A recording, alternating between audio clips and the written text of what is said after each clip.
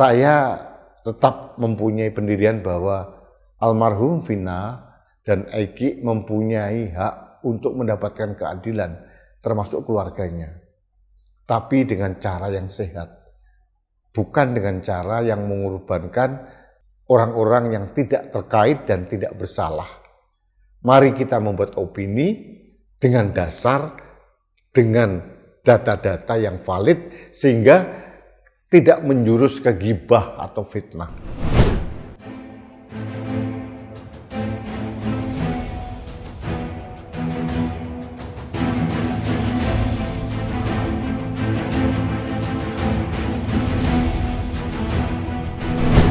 Halo sahabat Indonesia, kita bertemu kembali dalam Opini Rudi edisi hari ini, Senin 10 Juni 2024. Sahabat Indonesia, beberapa hari terakhir ini saya menyimak beberapa wawancara, berita di stasiun televisi. Lebih dari satu atau dua stasiun televisi yang tetap membahas kasus terbunuhnya Vina dan Eki di Cirebon tanggal 27 Agustus 2016 yang lalu. Kesimpulan saya, semakin diusut semakin kusut, semakin diusut semakin semerawut. Karena terlalu banyak orang berbicara, terlalu banyak juga orang-orang yang mencari panggung di kasus ini. Nah, dampak yang jelas adalah film Vina itu menjadi box office, ditonton di mana-mana karena orang penasaran. Karena agak aneh memang sebetulnya bahwa kasus ini mulai mencuat kembali setelah film kasus Vina itu dimunculkan dalam layar lebar. Saya tidak hendak ingin mengomentari kasus Vina, tapi yang saya ingin memberikan opini adalah kasus ini telah memakan banyak korban sebetulnya. Bukan korban langsung, tapi korban spekulasi liar, opini-opini warganet, masyarakat. Karena awalnya memang ada 3 DPO.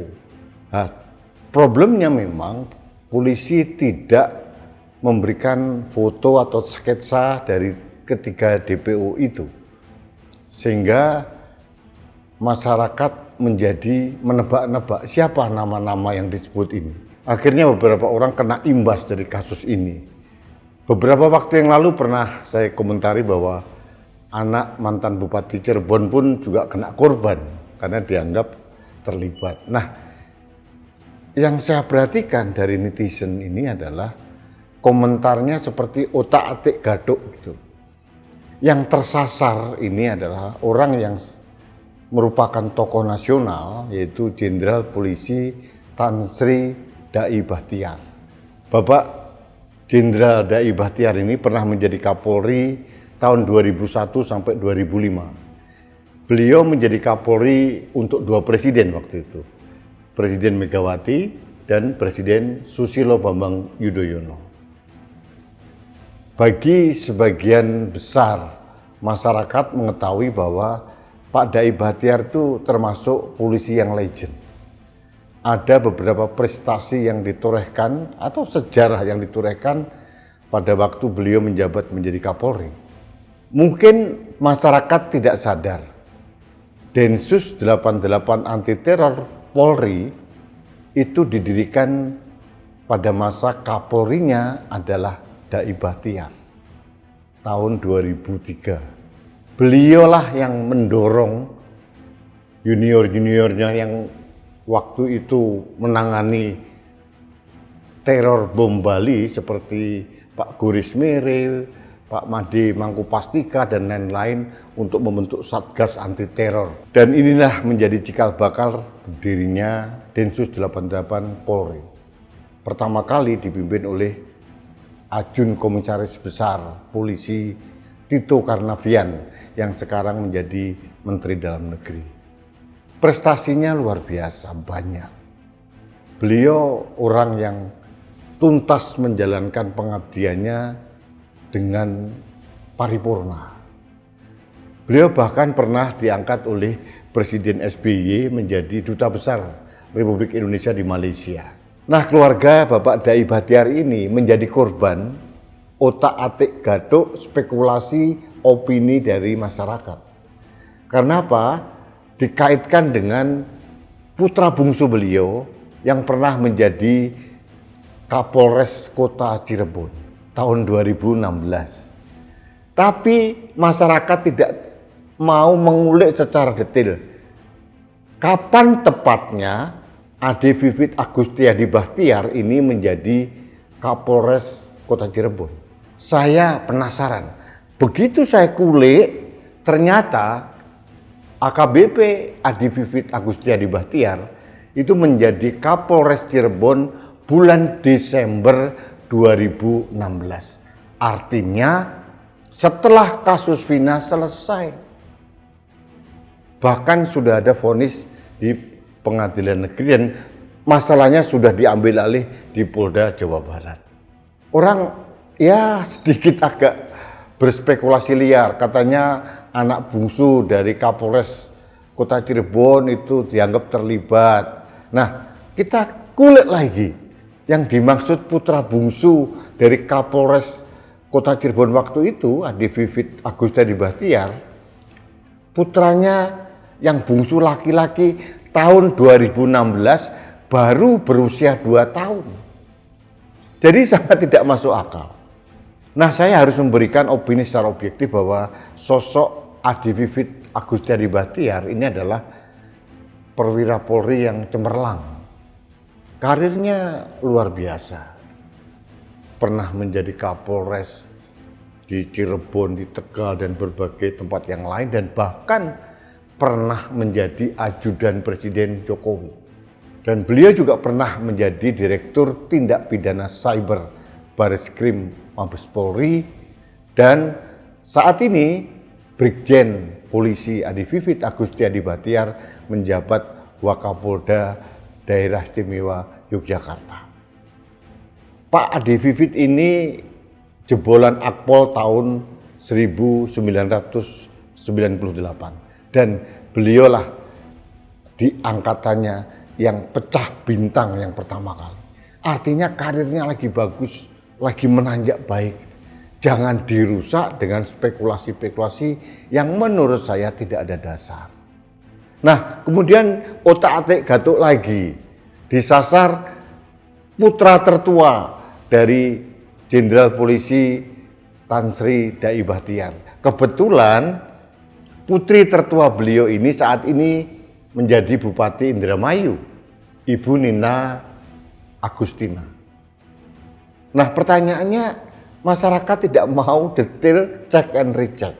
Nina Agustina Bahtiar menjabat Bupati Indramayu mulai tahun 2021. Artinya 5 tahun setelah kasus Vina. Di otak-atik lagi bahwa ada putra beliau yang bernama Andika. Nah, pada tahun 2016 putranya Ibu Nina yang bernama Andika itu bersekolah di Jakarta dan tidak pernah tinggal di Cirebon. Sekarang yang disebut namanya Andika, putra dari Ibu Nina Agustina ini, sudah menjadi perwira polisi juga. Jebolan Akpol tahun 2022. Ini saya sebutkan, jangan sampai opini masyarakat ini tanpa dasar dan akhirnya mengorbankan orang-orang yang tidak bersalah. Bukan hanya mengorbankan sebetulnya. Yang kita khawatirkan justru mengganggu karir dari orang-orang yang mempunyai rekam jejak baik. Apalagi sosok seorang Jenderal Polisi Purnawirawan Dai Bahtiar. Ini sosok yang luar biasa, legend dan mempunyai rekam jejak yang sangat baik. Jadi saya tidak mempunyai kaitan apa-apa dengan Pak Dai Bahtiar. Saya mengenal beliau, sama juga saya mengenal beberapa mantan Kapolri.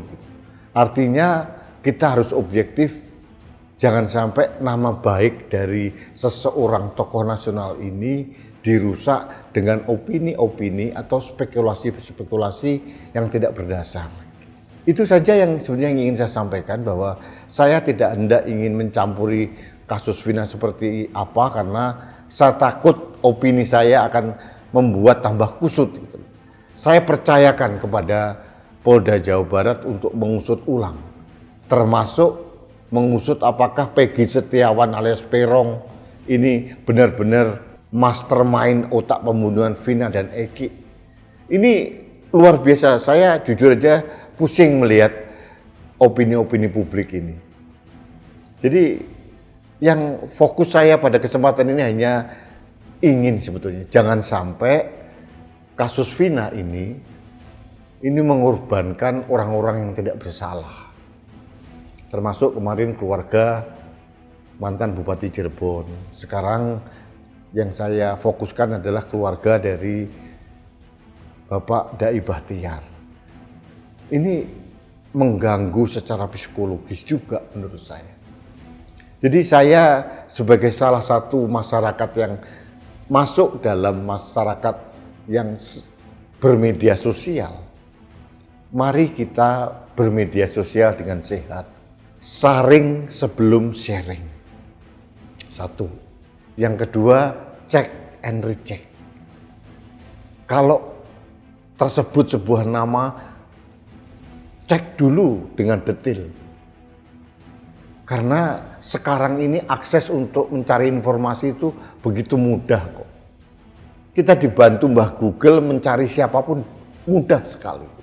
Saya tidak hendak mengecam masyarakat, cuma saya ingin mengajak, marilah kita bersama-sama bermedia sosial dengan sehat, bijak, dan tidak mengorbankan siapa-siapa.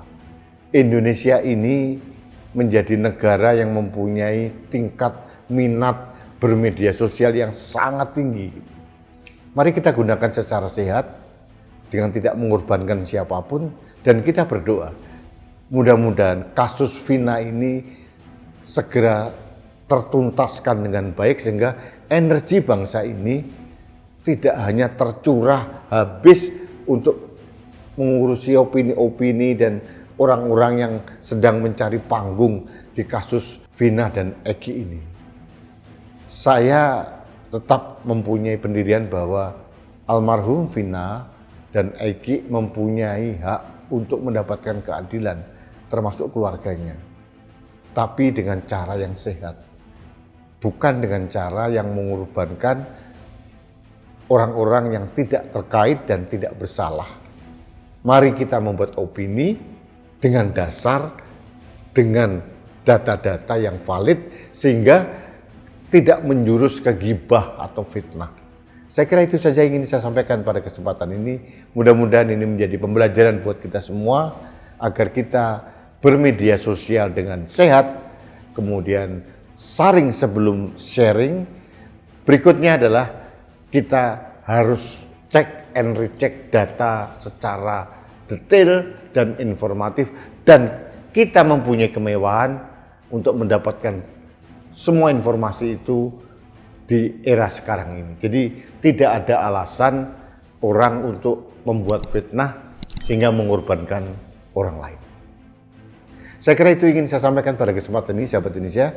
Mudah-mudahan ini menjadi semacam pengingat, bukan hanya kepada masyarakat, tapi juga kepada saya, kepada kita semua, agar ke depan kita memanfaatkan potensi informasi teknologi ini dengan cara yang lebih bijak, dan kita manfaatkan untuk hal-hal yang positif untuk membangun bangsa dan negara. Terima kasih, kita bertemu kembali dalam Opini Rudi selanjutnya. Salam satu Indonesia, salam Pancasila, salam Indonesia yang sehat.